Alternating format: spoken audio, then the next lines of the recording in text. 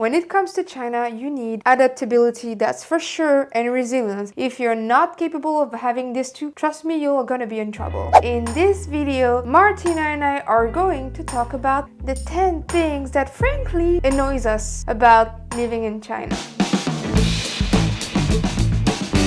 Before I continue, if you haven't watched our previous video, I strongly recommend you to watch it to have a better idea of the topics that we are going to cover. And for those who are new, welcome! My name is Sabrina. I am a French living in China. I have lived in China now for about 8 years, and this channel is about sharing my life experience and adventure in and out of China. Alright, are you ready? Let's get started. The first thing I want to cover is food. And I think here, Martina wants to talk first. This is kind of funky one. I'm talking about it from the perspective of a Polish person. The sandwiches in the shops. And they usually kind of call them European sandwich or so on. The sandwiches here are so bad. I mean, some of them, like probably in the better bakeries you will find just the good ones, but in the common stores, like I see like so many of my friends, like of the people that I work with, they eat these sandwiches. They're like, yeah, it's good.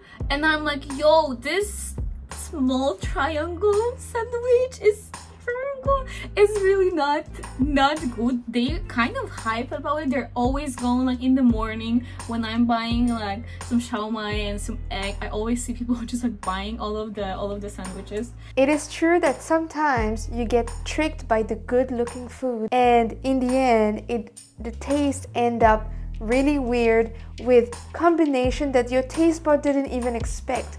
A combination of sweet, spicy, salty, and sour at the same time. So my mind gets confused, and also my palate, so that, yeah, I'm not a fan of like 4 different types of flavors within one meal. It is sometimes weird. Stinky tofu. Listen, if you never ever had it before, you will not understand what I'm saying. It smells a lot. How do I even explain the smell? I think it's kind of like, at least for me, please don't feel offended. For me, the smell is just so freaking bad that if I can smell it, I just go to the other side. Man, oh man, have been living here for 4 years and it didn't change. Despite the smell, and maybe because I am French and I love smelly cheese, well, I actually like stinky tofu. One thing that I absolutely hate is pork floss. It is a concept that I don't get, and I have tried it in many forms, still don't like it. Every time I hop into a public transportation, I have people pushing me, whether it's to come in the metro or come out of the metro. People are pushing, and this is frankly so annoying. I think the worst are actually the elders. They don't care about you. They don't care about your personal space. The moment the door is open, they run and they push whoever is in their passage. They're pushing like the door were just about to close when they just barely open, and that's just ridiculous. I think Martina also has something to share about people's behavior. Another thing, it's spitting. Yeah, okay, I just the situation, okay? I drew just the situation. I know that people spit around, I don't know, like probably if I drink something bad or I have like fly suddenly comes out to my mouth, I'll just spit it too. But I think it's just the way how they spit is basically so often and so common here that I feel that I kind of used to it too, and I don't react as bad as I was usually reacting before. But it comes from the throat and you can hear it coming, and then it's just a spit. I remember I was recording a video for my friends who just got married in Poland, and there is this lady in background just doing this, and I just laughed to them. I said, listen guys, you know, like this is how you know what I mean. That I am right now on the street. It comes like yeah, that's the thing. So I would say that since COVID, it hasn't happened as much, but still happens, and it can be, I guess, gross for some people. I personally don't hear it anymore because my ears and my surrounded has built a sort of shield that I don't notice this kind of things. but I get why it's still annoying for some people. Please also do not feel offended. Question: are you from Russia? I get it here a lot. I don't mind people kind of assuming. I think just for me hearing like, are you from Russia? I think it's just got for me so tiring that I'm like, hey, if you see someone with more Slavic face, please do not assume that we are all from Russia. But at the other side, I sort of understand, because I think that maybe some Asian people who will go to Poland, they will get the question, oh, are you from China? Do you like, or is this language Chinese? But yeah, I think it's just something that has been bugging me. I don't know if we should put it or not, but I said it. One of the things that I hate though is how loud people are. Bruh, I don't even know how to explain it, but the volume here, whether it's over the phone, they're shouting when they're on the phone call, or whether it is outside, especially like for the elderly. I know we have the 4 tones and Cantonese, we have 9 tones, but yo, the volume is just, I think it's just crazy. People are speaking loudly here, and if you come to China the first time and you hear people shouting, you may think that they are angry and or upset, but if actually that's not the case. Me, when I moved in, I was thinking like, why are they mad? What are they? Why are they just, like keep fighting between each other? But the more I start to understand Chinese, then I'm like, I know, like she just like, oh yo, what's up? How was your day? What I can tell you for sure is that when you move to China the first time, you will notice a lot of different things, and at first it will annoy you, but over time those little things won't matter anymore as you will sort of get used to it. I think one of the biggest topic of the things that I hate is work. I hate the working environment here. As I mentioned in my previous video, I have worked for different companies and I have worked for different industries over the past 8 years. I have a pretty idea of how companies works here. One thing that I have noticed, and this is one of the feedback that a lot of my foreign friends has given back to me when I asked them the question, is that they always feel that they are taking advantage of the foreigners. So yes, sure,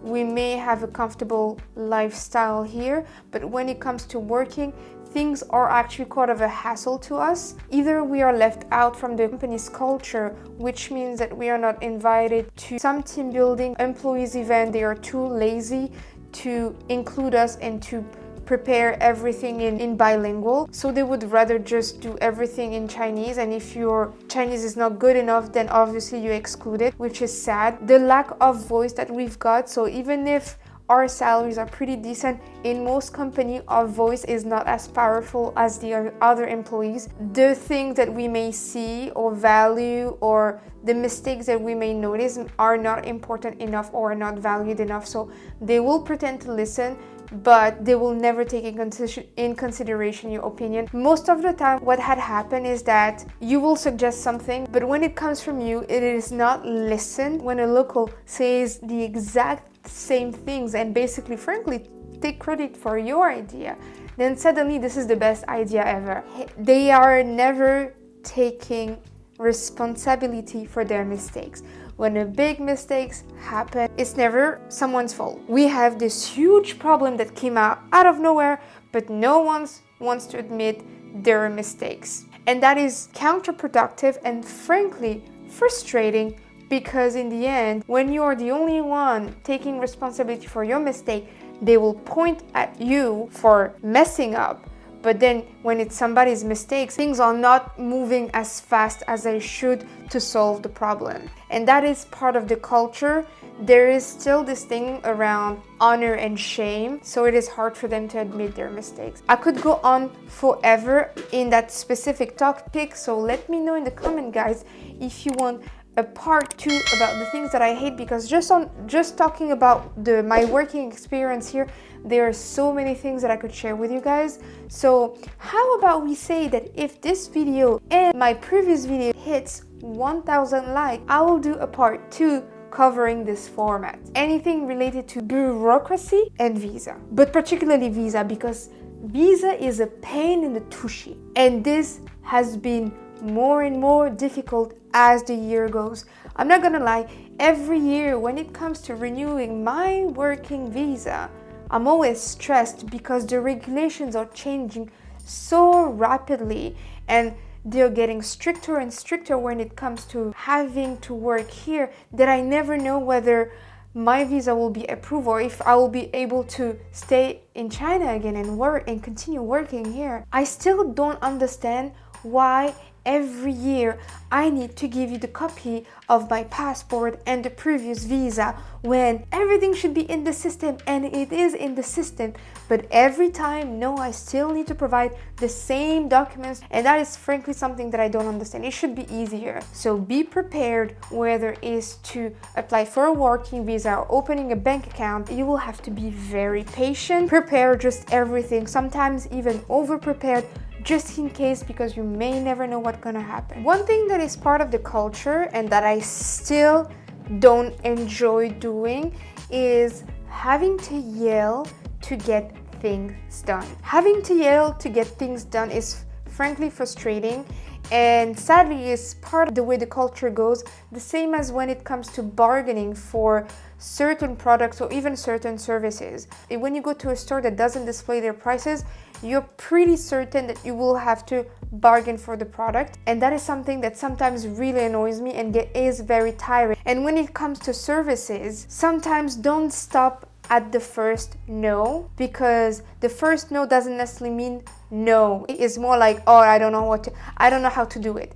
And that is something that I heard so many times. Oh no, we cannot do that. Oh, I don't know how to do it. But then when you push it a little bit, they're like, oh yes, yeah, we can do that. Oh, we can do that. Oh, we can do that. And the fact that I have to yell, to repeat myself and insist, so annoying. There's always a solution to any problems, and there's always a loophole to one no. Yeah, it's 2 no's or 3 no's and then 1 yes. So next thing is, your Chinese is so good.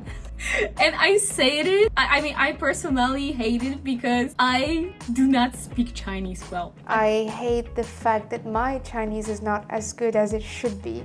And that is because this country has spoiled me and made it so easy that I almost don't even need to speak Chinese to get things around. I promise you, I'm so sorry everyone. I know it's kind of, when you live in a country for a long time, it's kind of like, yeah, people assume you will be learning the language.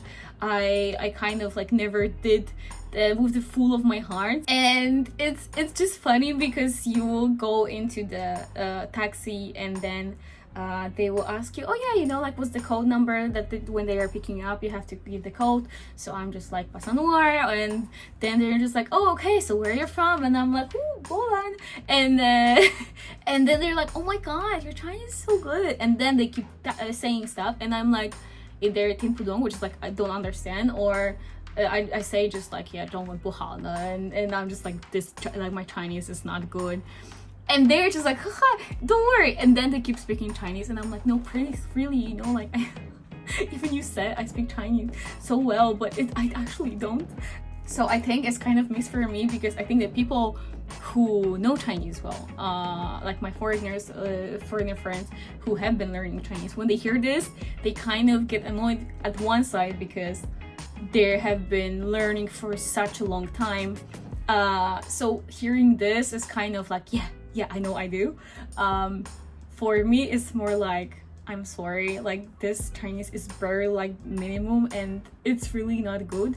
But I think I know that this is kind of like said with the good intention. I almost don't need Chinese to actually like live here and get by. But right now I live in the city where things are so convenient that I barely need to use Chinese on the daily basis. So I will still suggest you to learn the language of the country that you're about to move in. It's always better because, and in here, my level of Chinese is quite okay. I still can get around, and I'm trying my best to learn as much as I can about the language. But I know that if I were to speak more fluently Chinese, it will help me understand the culture even better than I already know. Thank you so much, Martina, for once again joining this channel. And thank you guys for watching. Before you leave, I just wanted to thank you all for joining this channel, because so many of you have joined this channel since my previous video. So welcome guys, and if you want to be part of the community, feel free to follow me on Instagram. The link is in the description below. I hope now you have a more balanced idea of how the life is in China. There are always pros and cons, so in here the things that bother me may not bother you, and vice versa. I would love to know if you agree or disagree with some of the points that I have mentioned, especially if some of you have lived in China before or have an idea of the Chinese culture. I would love to get your opinion about these things. Thanks again guys for watching, and I'll see you in the next video. Bye bye.